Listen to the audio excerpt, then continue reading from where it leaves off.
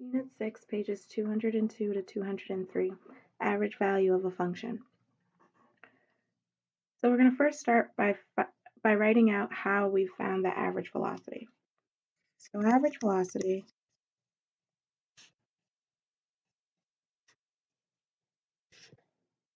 is found by taking the position at point A minus the position at point B all over A minus B.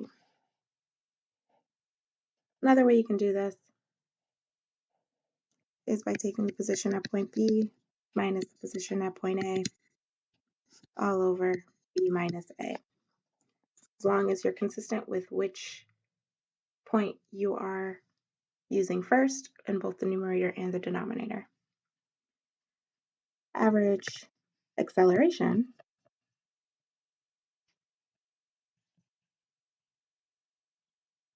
is found by taking the velocity at point A minus the velocity at point B all over A minus B. Similarly, you could take the velocity at point B minus the velocity at point A all over B minus A, and they're the same thing. Okay, so if P of t, V of t, and A of t represent position, velocity, and acceleration defined for any time t, write the equivalent expression for each of the following integrals based on the fundamental theorem of calculus. So, using properties of integrals and the fundamental theorem of calculus, this piece out here will stay 1 over b minus a. And then the integral, using Fatach, we want the antiderivative of a of t, which will be v of t, and we're going to do v of b minus v of a.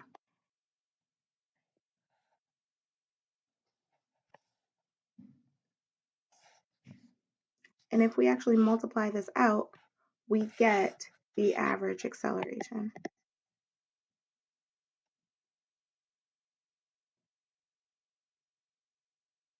Because just multiplying fractions, our numerator will be v of b minus v of a, and our denominator will be b minus a.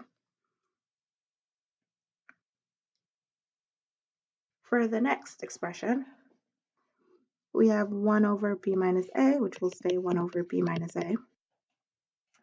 And using Fatach, the antiderivative of v of t will be p of t.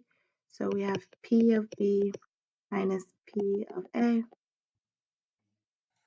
And if we multiply that out, we get the average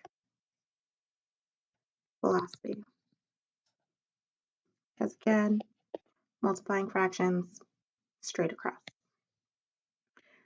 So we can conclude that the average value of a function on the interval from a to b is defined to be 1 over b minus a times the definite integral from a to b of f of x dx.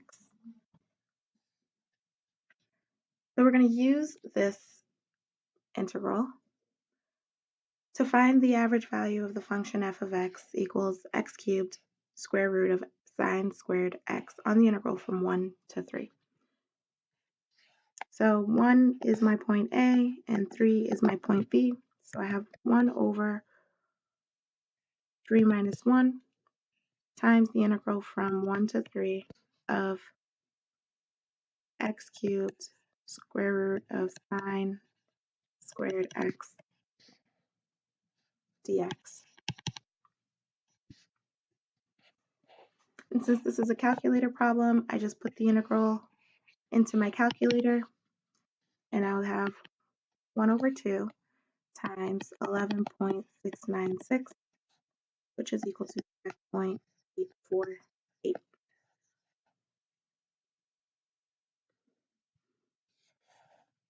For the next problem, we're going to still use the average value of a function, but now this is a non-calculator problem, so we're actually going to have to find the antiderivative by hand. So our interval is from 2 to 6, so 2 is my A and 6 is my B. So I have 1 over 6 minus 2, definite integral from 2 to 6 of 2 minus 4x dx. And that'll equal 1 over 4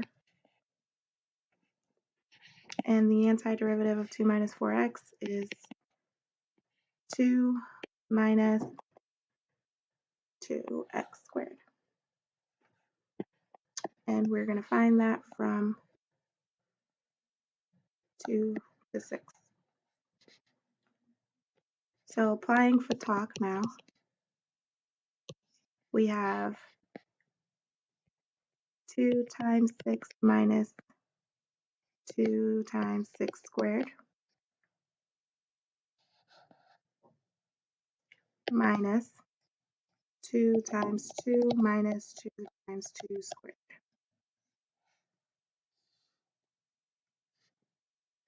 is equal to 1/4 times 12 minus 72 minus 4 plus 8, because we needed to distribute that negative sign. So we have 1/4 times negative 56, which is equal to negative 14. So the average value of the function on the interval from 2 to 6 is negative 14. Okay, so now we're going to apply all of this information, everything that we know about integrals, to this word problem. A ski resort uses a snow machine to control the snow level on a ski slope. Over a 24-hour period, the volume of snow added to the slope per hour is modeled by the equation S of t equals 24 minus t sine squared t over 14. The rate at which the snow melts is modeled by the equation m of t equals 10 plus 8 cosine t over 3. Both S of t and m of t have units of cubic yards per hour, and t is measured in hours for 0 to 24. At time 0, the slope holds 50 cubic yards of snow. There's a lot of information in this problem, first of which is that we have two equations.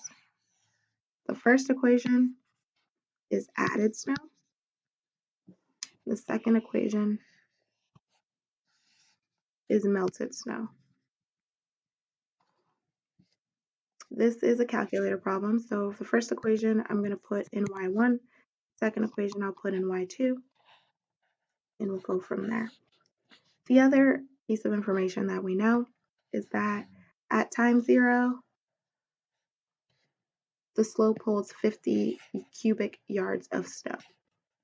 So at time 0, we have 50 cubic yards of snow on the slope.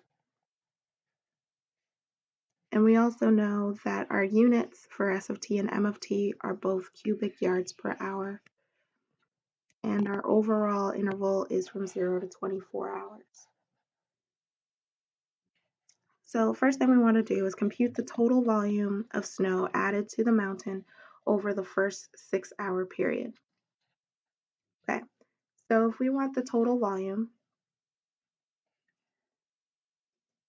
then we know that we need to find, in this case, it's very similar to when we were doing particle motion, right? Total volume is the same as trying to find total distance. So we'll need to do from 0 to 6, since it's the first 6-hour period. And if we're looking at snow added, that's S of t. So we need from 0 to 6, the absolute value of S of t dt, which is equal to 142.413 yards cubed.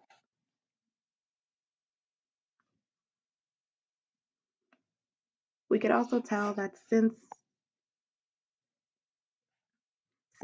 we're only adding snow for the first equation for S of t, since this is only going to be added snow, we know that S of t is always going to be greater than 0 because all we're doing is adding snow.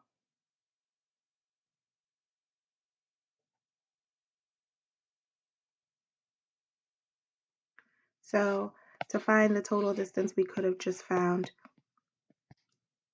the definite integral from 0 to 6 of just S of t dt, because the total distance and the net distance would be the same.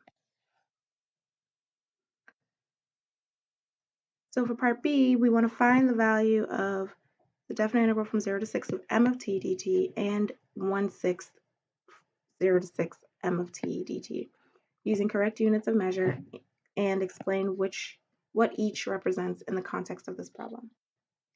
So the first thing we want to find is definite integral from 0 to 6 of m of t dt. So we can plug that into a calculator and we get 81.823 yards cubed. Okay, and this represents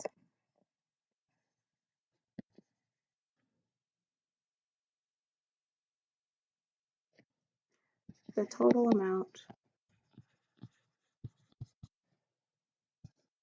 of snow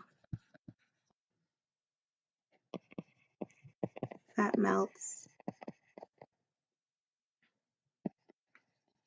from t equals 0 to t equals 6 hours.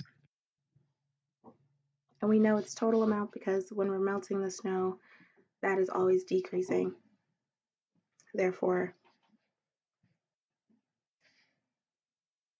we're only heading in one direction the whole time. So now for 1/6, 0 to 6 m of t dt, plug that into a calculator, we have 13.637 yards cubed per hour.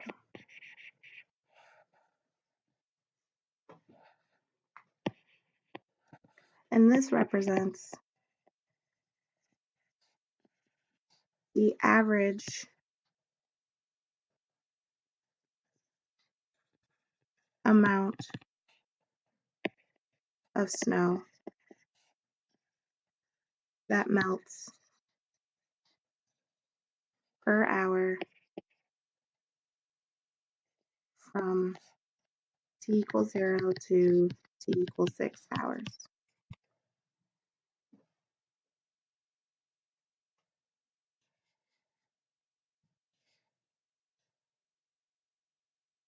All right. Now for part C, we want to know if the volume of snow is increasing or decreasing at time equals 4.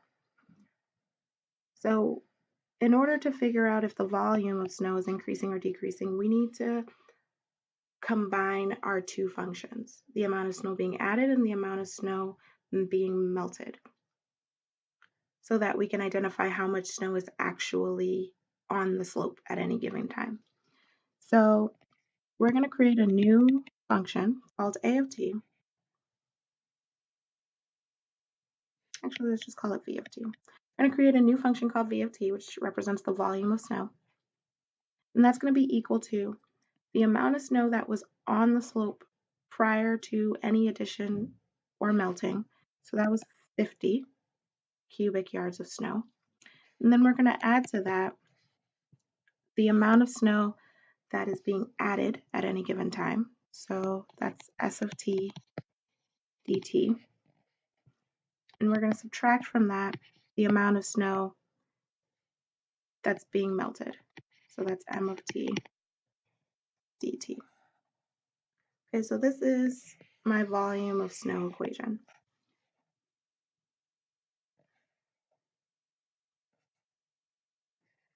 So this will give me the total amount of snow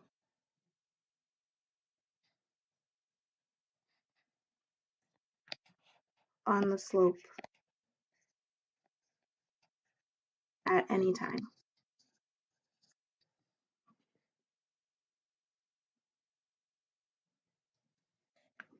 All right.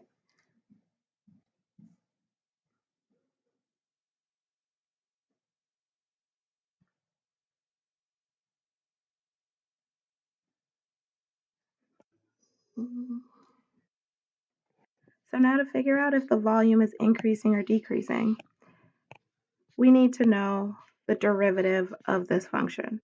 So we need to know what the derivative of v of t would be. So the derivative of 50 we know is going to be 0, plus derivative of an integral is just the integrand, which in this case is s of t, minus, again, m of t. So since we need to know if we're increasing or decreasing at time equals 4, we want the derivative at 4.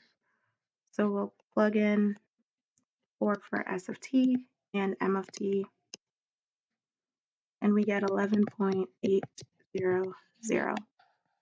And since v prime of t is greater than 0, the volume of snow is increasing at t equals 4.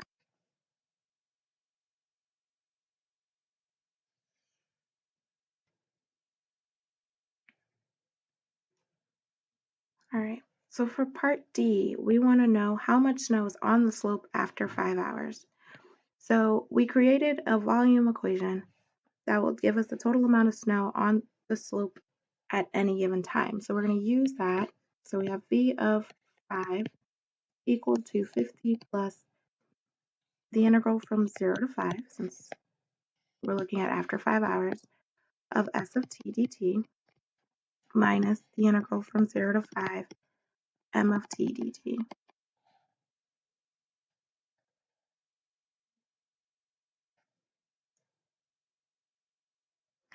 And when we plug that into a calculator, we get 95.335 yards cubed.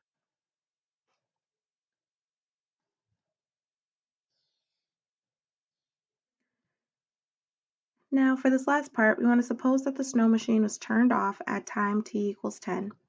We want to write but not solve an equation that could be solved to find the time t equals k when the snow would all be melted. Okay, so we're saying that we're turning off the machine at t equals 10. So we have all of the snow that has been accumulated from time equals 0 to time equals 10. So we need to know how much snow are we starting with. So at time equals 10, the total amount of snow on the slope is given by our function v of t. So we know v of 10 is what we're starting with. That'll give me the total amount of snow after 10 hours. And we want to subtract from that the function that tells me how much is being melted. So we need the definite integral of the melting function, which is m of t dt. And we want to set that equal to 0 because we want to know when all of the snow will be melted. So now the very last thing we need to do is apply our limits of integration. So we know that we already have the limit from 0 to 10 taken care of in v of 10. This gives us the time from 0 to 10. We want to melt from time 10 to some unknown time k. And since we don't want to solve this, we have completed the problem, right? This is the equation that we would need to use in order to identify the time k when the snow would all be melted if we turn off the snow machine at t equals 10. And that is the last of the notes for this unit.